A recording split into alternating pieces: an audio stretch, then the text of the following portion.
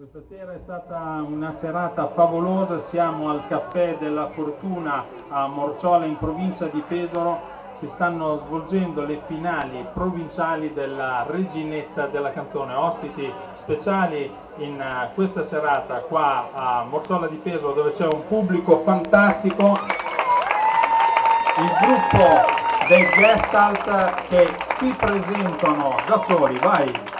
Allora, i Gestalt sono Matteo Bellavia, Alessandro Polidori, Richard Nacinelli e Francesco Agostini. Li ascolteremo prossimamente sempre sul sito www.titanustv.it dove potrete leggere anche le vicende di questo gruppo. Nominiamolo ancora, Francesco, vai! I Gestalt. Dovrai curarmi un po'.